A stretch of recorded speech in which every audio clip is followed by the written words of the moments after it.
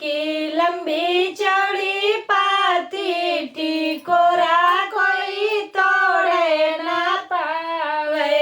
अम्मा की लंबी चौड़ी पाती टिकोरा कोई तोड़े ना पावे। सोने की थाली में जेवना परोस्यो, सोने की थाली में जेवना परोस्यो। जेवना ननद ननदोइया ननद जी के भैया और केहू जेवना पावे। जेवना ननद ननदोइया ननद जी के भैया और कोई जेवना पावे। अम्मा के लंबी चौड़ी पाती टिकोरा कोई तोड़े ना पावे।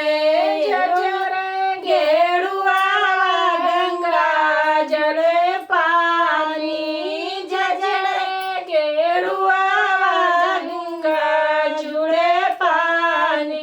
घूटे ननद ननदोइया ननद जी के भैया और कोई घूटे ना पावे। घूटे ननद ननदोइया ननद जी के भैया और कोई घूटे ना पावे।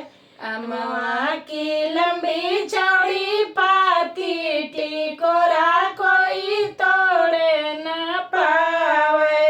लौंगा इलायची के बीरा जोराए, लौंगा इलायची के बीरा जोराए। कूचे ननद ननदोइया ननद जी के भैया और कोई कूचे ना पावे। कूचे ननद ननदोइया ननद जी के भैया और कोई कूचे ना पावे। अम्मा के लंबी चौड़ी